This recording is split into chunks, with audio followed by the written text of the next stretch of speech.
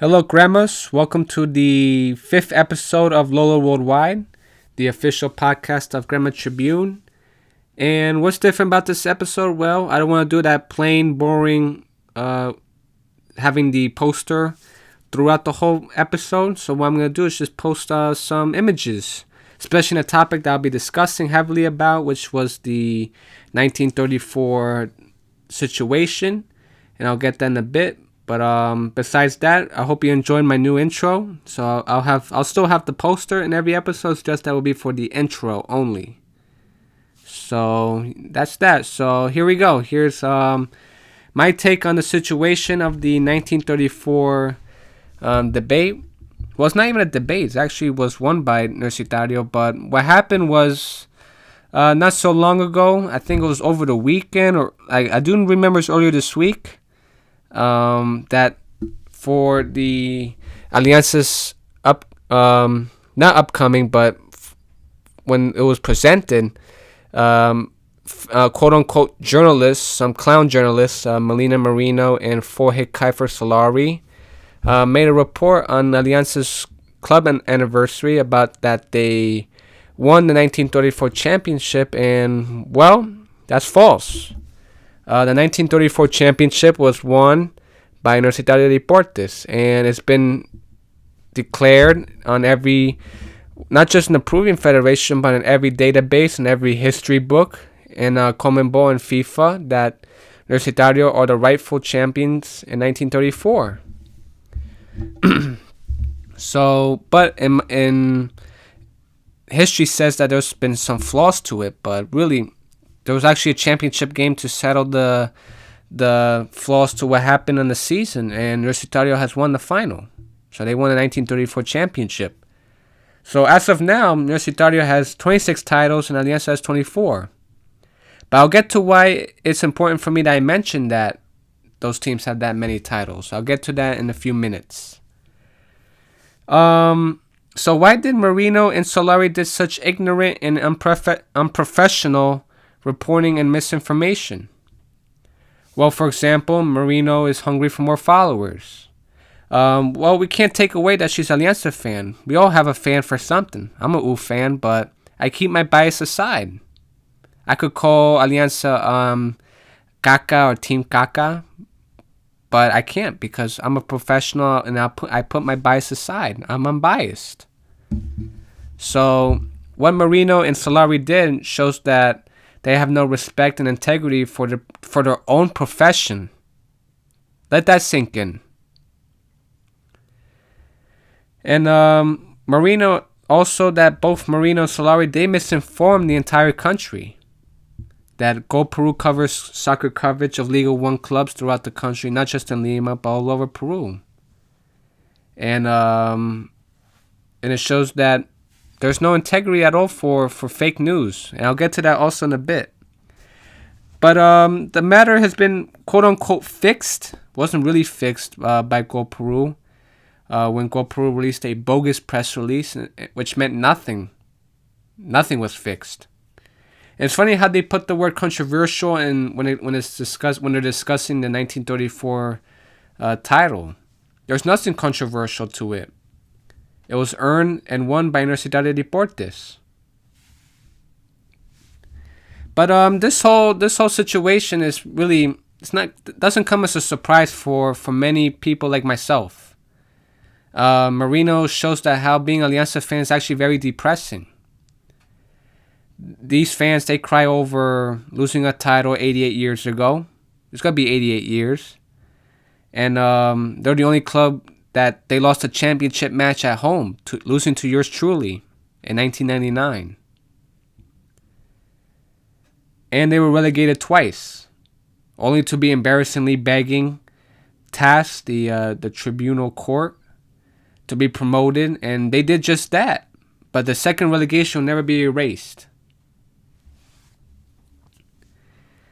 And now, since Alianza is one of the bottom teams in the table right now, they're taking their anger out on us, while we are number one in the table. I'm telling you, it's a miserable fan base.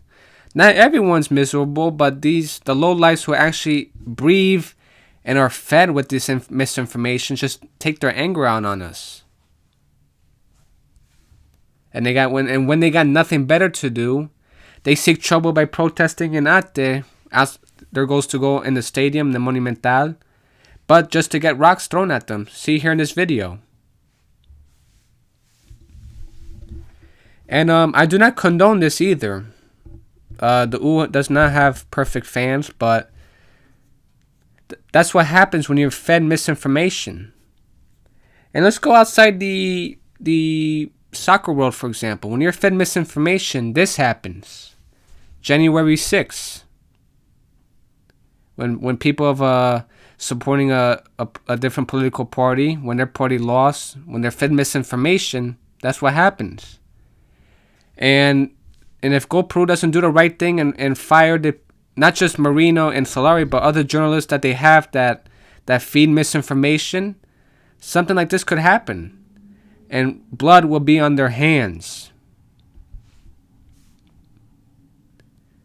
But in Peru, there's no repercussions for anything. There's no repercussions for misinformation, or, for example, when there's no repercussions for places that sell counterfeit jerseys or things like that. There's no accountability for anything. No offense, but that's true. And GolPeru's not the only fake news. Well, they have some decent people, which I'll get to in a bit, but they're not the only ones who have biased information. There's Ovation Web and Libero. I might miss others, but those are the only ones I know. Libero, for example, they had a headline back in November that poked fun at the Holocaust, making fun of the Jewish community, as you can see here. And that title is very unnecessary and disrespectful to the Jewish community, and that just shows there's no accountability and no integrity in journalism in Peru. Just no integrity whatsoever. And GolPeru has they have but there's other journalists in GolPeru and outside GolPeru have weighed in on the issue. For example, there's this clown, as you can see in this tweet, who is victimizing Marino by saying feminism is attacked. And that, ladies and gentlemen, is the most pathetic tweet I've ever seen in my life.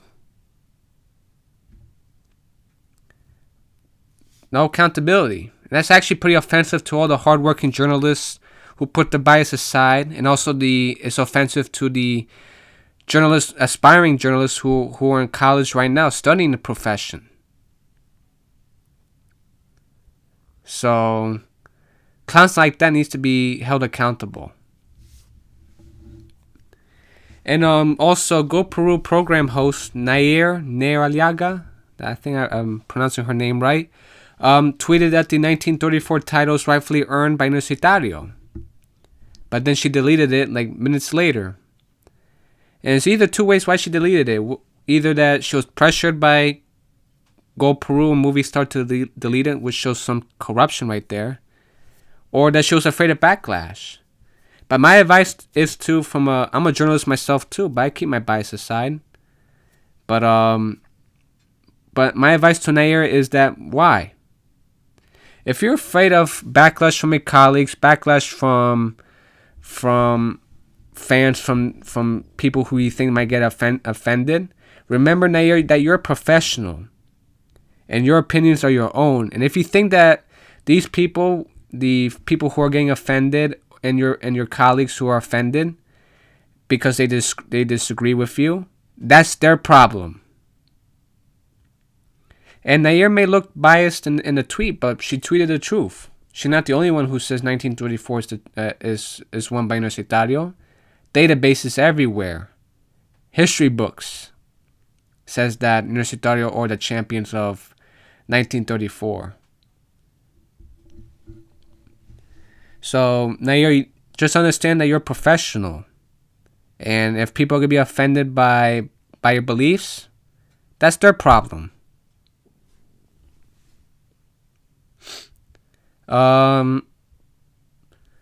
So yeah, just like always that people just don't keep their biases aside. I keep my biases aside. Like again, like I'm a U fan. I'm not hiding. This is Lolo Worldwide, and I could call Alianza cacas, but I don't want to, cause I don't.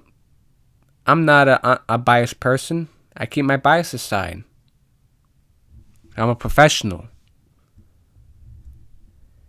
And going back to also mentioning why it's important that the U and Alianza has that many titles. The U has 26 titles and Alianza has 24. Well, if Alianza really wanted to debate about the 1934 championship and saying that that title's theirs, quote unquote theirs, well, then the Peruvian Federation will need to look at the 1918, 1919, and 1927 titles. And why is that? Why take out their titles? Well, two reasons. Reason number one is that 1918, 1919 was won by Sport Alianza, which wasn't Alianza Lima. And why is the second reason? Well, also from that time through 1928, 1929, there was no first division yet. So there was not. It was all like semi-pro, like non-professional teams that played, but there was no first division. So in reality, Alianza actually has 21 titles. But I'll keep my bias aside. They have 24 now. But if Alianza really want to go to that route that 1924 is ours, then the Peruvian Federation will need to look at that 1918, 1919, 1927. Because Alianza, they can't have it both ways. So that's my take on that.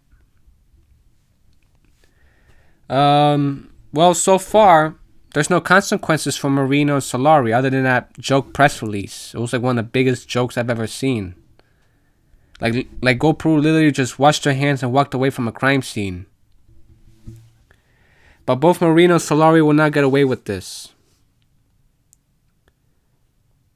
Since GolPeru won't fire them, then we have to keep on using the hashtag, as you can see on the screen here, El Mundo de Melina. Use it every minute, every hour, every day. Until GolPeru or the parent company Movistar does the right thing and fire both her and Solari. Well, there's no hashtag on Solari, but find a way to disrupt them. Just disrupt them. And we have to ask GolPeru and Movistar this question. How can they live with themselves allowing such misinformation? Like I said before, if you feed people misinformation, then they believe it, and then they will do anything to make people to believe in that misinformation. Like January 6th.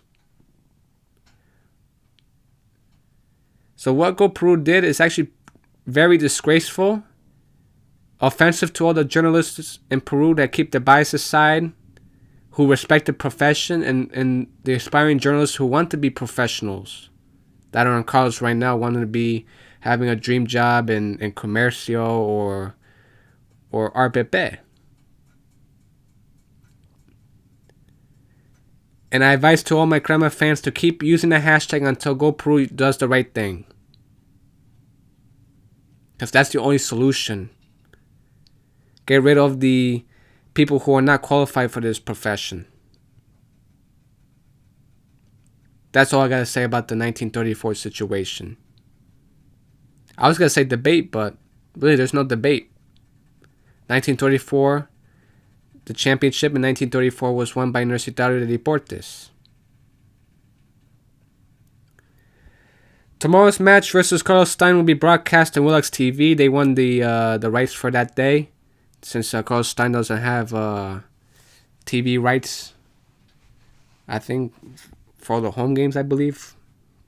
But for example, I won't be doing my live stream broadcast tomorrow due to technical issues. I'm still having problems. I have my live stream on the U versus San Martin match. Not only I missed the first 7 minutes, but I also couldn't have the graphics to put the final score on the bottom and the time.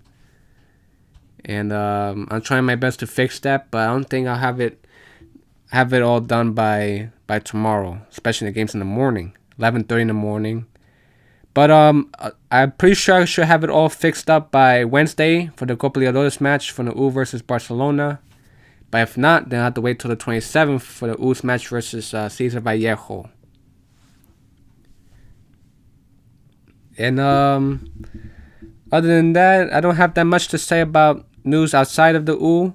For international football news, Champions League came back this week with wins by PSG, Manchester City, and Liverpool. With Bayern Munich drew 1-1 versus Red Bull Salzburg.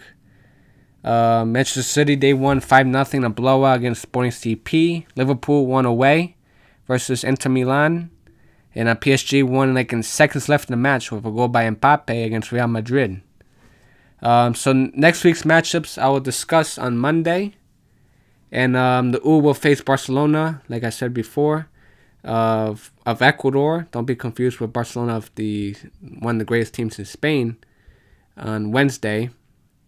After Barcelona defeated Montevideo City Torque in penalties last week. Oh, not last week, but a few days ago. So yeah.